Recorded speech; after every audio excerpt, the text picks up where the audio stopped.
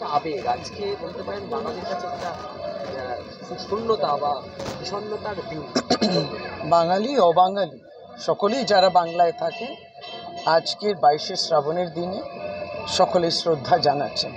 এবং আজকে আমরা যেখানে উপস্থিত সেই নিমতলা মহাশ্মশানের পাশে যে রবীন্দ্রনাথ কবিগুরু সৌধ, যেটা পশ্চিমবঙ্গ সরকারের পক্ষ থেকে, কলকাতা পৌরসভার পক্ষ থেকে সুসজ্জিত, এই অঞ্চলটা, এই জায়গাটা যথার্থভাবে সম্মান জানিয়ে কবিগুরু কোনোদিন জীবন থেকে আমাদের যায়নি।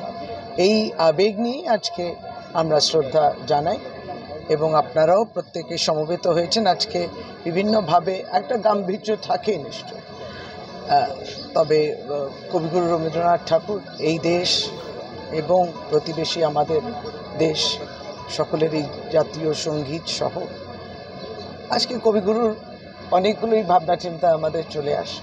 প্রতিবেশী দেশ বাংলাদেশে দেখা যাচ্ছে রবীন্দ্রনাথ ঠাকুরের মূর্তি ভাঙা এটা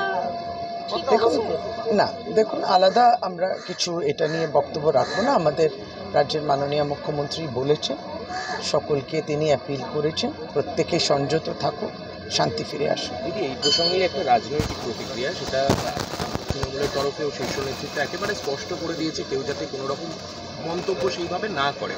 কিন্তু তার মধ্যেও শুভেন্দু অধিকারী এই শরণার্থী সমস্যা নিয়ে বারবার করে মুখ খুলছেন। তিনি বলছেন পূর্ব অভিজ্ঞতা থেকেই তো বলেছি 47-71 কি হয়েছে, সিএ কেন করা হয়েছে, সিএ এর প্রাসঙ্গিকতা উনি বারবার এই প্রসঙ্গের সাথে জড়াচ্ছেন। দেখুন, এই প্রশ্ন বলে নয়, আমাদের সর্বভারতীয় তৃণমূল কংগ্রেস, যেহেতু আপনি বললেন, সভানেত্রী কিংবা রাজ্যের মাননীয় মুখ্যমন্ত্রী অত্যন্ত দায়িত্ব নিয়ে প্রত্যেকেই তিনি তার আবেদন রেখেছেন বিধানসভা এবং বিধানসভার বাইরে। সদ্য তো আমাদের বিধানসভায় মনসুন সেশনটা এখন সাইনেডে হলো, তাতে যে আমরা সকলেই যাতে সহমর্মিতা রাখি এবং সংযত থাকি এবং গভর্নমেন্ট অফ ইন্ডিয়া যা বলবে ঠিক সেইভাবে সেই পথে চলব।